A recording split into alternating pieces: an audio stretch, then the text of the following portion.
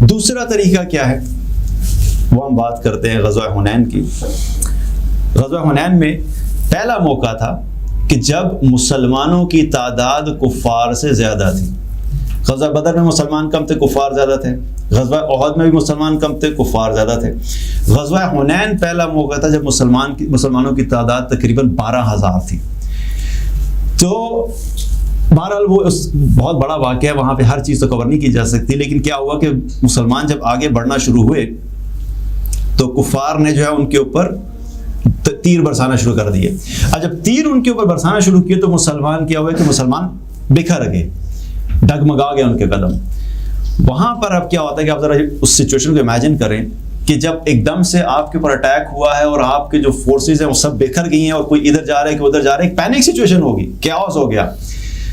اس صورت میں بھی اللہ کے نبی صلی اللہ علیہ وسلم نے پھر کچھ صحابہ کو اپنے ساتھ ری گروپ کیا اور لے کے اپنے ساتھ آگے بڑھے.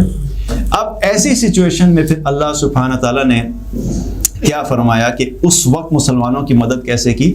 اللہ تعالیٰ نے فرمایا کہ ثم انزل اللہ سکینتہ علی رسولہ وعلی المؤمنین، اور پھر کیا فرمایا کہ وانزل جنودا لم تروھا، کہ پھر اللہ تعالیٰ نے رسول اللہ صلی اللہ علیہ وسلم پر اور ایمان والوں پر سکینت نازل کی.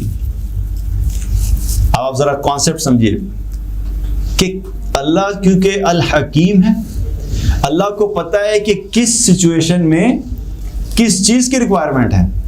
یہ آپ یاد رکھیے کہ جب انسان ایک پینک موڈ میں ہوتا ہے نا تو اس کی جو ڈیسیژن میکنگ پاور ہوتی ہے اور ایبلٹی ہوتی ہے وہ کمپرومائز ہونا شروع ہو جاتی ہے.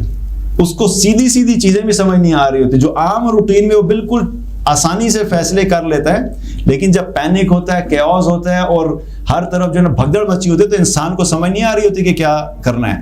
تو وہاں پر جو سب سے امپورٹنٹ چیز یہ تھی کہ مسلمانوں کو جو ہے وہ سائیکولوجیکلی اور مینٹلی کیا کیا جائے، ریلیکس کیا جائے. جب کوئی پینک میں ہوتا ہے، گھبرایا ہوا آتا ہے تو ہم اس کو پہلی بات کیا کہتے ہیں، ریلیکس، کوئی بات نہیں، اٹس اوکے. اس کو ہم ٹھنڈا کرتے ہیں تاکہ وہ اس ڈر اور خوف کی کیفیت سے نکلے اور اس کی سوچنے کی ایبلٹی دوبارہ سے جو ہے وہ بحال ہو.